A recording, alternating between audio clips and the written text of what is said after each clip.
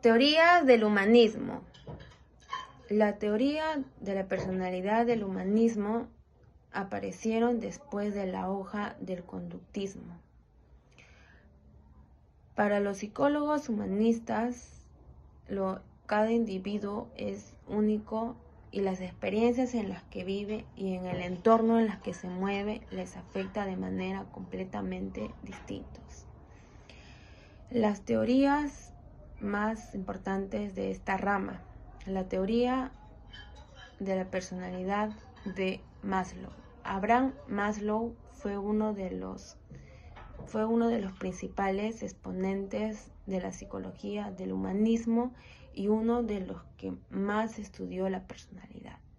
Para él, el aspecto que más determina el comportamiento humano es la búsqueda de la autorrealización, un estado de bienestar en la que la persona está sacando el máximo partido de sus capacidades. Pruebas psicológicas para medir la personalidad. Lo vamos a dividir en dos grupos: las pruebas estructuradas y los test proyectivos. Dentro de las pruebas estructuradas va a estar la más importante en este caso, que es el MMPI-2, que es la prueba multifacética de Minnesota. El sujeto va a tener en este caso 500 preguntas que van a ser concretas, objetivas, concretas, el cual el sujeto va a responder entre falso o verdadero. La escala medirá la validez de las respuestas en este caso. Y la otra prueba o el test es de 16P, que va a medir la estructura de la personalidad. Como menciona, es un cuestionario de 16 factores que se tendrá en cuenta para que el profesional llegue a una conclusión. El psicoanálisis, creado por Sigmund Freud a finales del siglo XIX, es una teoría y un método terapéutico que busca explorar el inconsciente, esa parte de nuestra mente que no tenemos acceso directo.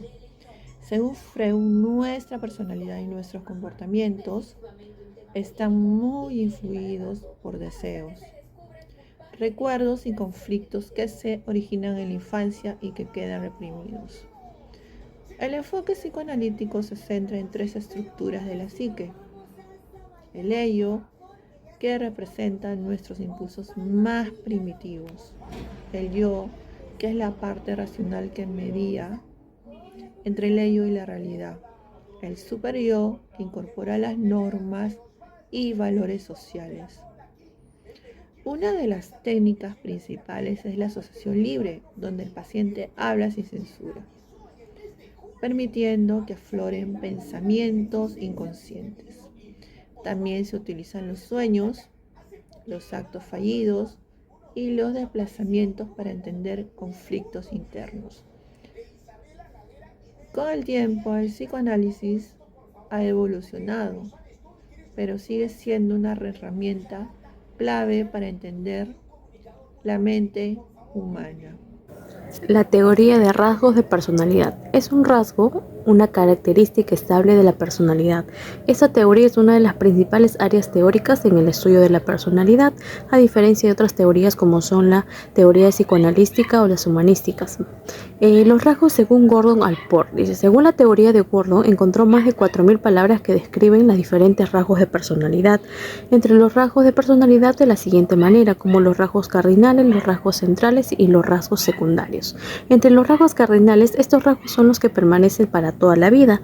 En los rasgos centrales son características generales que forman fundamentos básicos de la personalidad, aunque no son dominantes como los rasgos cardinales, ¿vale? Entonces, los rasgos secundarios son rasgos que están relacionados con las actitudes o preferencias que aparecen en situaciones específicas. Ahora, tenemos los rasgos también según Raymond Cattell, que reduce el número de los principales rasgos de la personalidad de Gordon Allport de 4.000 a 171, mediante la eliminación de rasgos y la combinación de características poco comunes. Cattell identificó términos estrechamente relacionados y los redujo a 16 rasgos de la personalidad. Los 16 rasgos según Cattell son la afabilidad, razonamiento, estabilidad, dominancia, animación. También tenemos la vigilancia, la abstracción, privacidad, apreciación, apertura al cambio, autosuficiencia, perfeccionamiento, tensión, sensibilidad, atrevimiento. También tenemos a Hans Eycksen. Propuso un modelo con 3 dimensiones principales: extroversión, introversión, neuroticismo, estabilidad y psicoticismo. Ahora también tenemos los modelos de los 5 grandes, como el Big Five, que es el modelo más aceptado y ampliamente investigado en la actualidad, que propone que la personalidad se puede describir en 5 dimensiones: apertura a la experiencia, conciencia, extroversión, amabilidad y neuroticismo. ¿Vale? El enfoque de rasgos se utiliza ampliamente en la investigación de la psicología clínica y la selección de personal para predecir el comportamiento y las preferencias en el desempeño laboral. Buenas noches. Voy a hablar sobre la teoría cognitiva.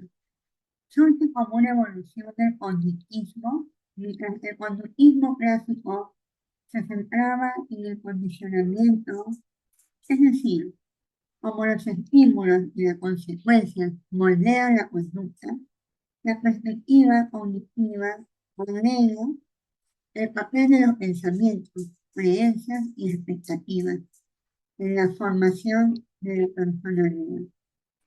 Un concepto clave de Bandura es la autoeficacia, que se refiere a la confianza en una persona, en su capacidad para afrontar situaciones y alcanzar metas.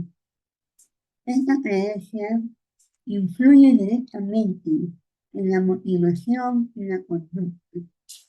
Para evaluar la personalidad desde este enfoque, se utilizan instrumentos positivos y conductuales, como listas de observación de comportamiento en contextos reales, inventarios de estilos cognitivos que permiten identificar cómo una persona procesa la información de registros automonitoreados, donde los individuos llevan un seguimiento de sus propios pensamientos, emociones y conductas. En conjunto, la teoría cognitiva entiende la personalidad como un sistema dinámico donde el aprendizaje, los procesos mentales y el contexto social se influyen mutuamente. Gracias. Eso yo lo corto. ¿Ok? ¿No? Sí.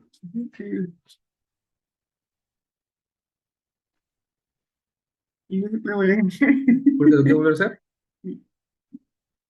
Sí.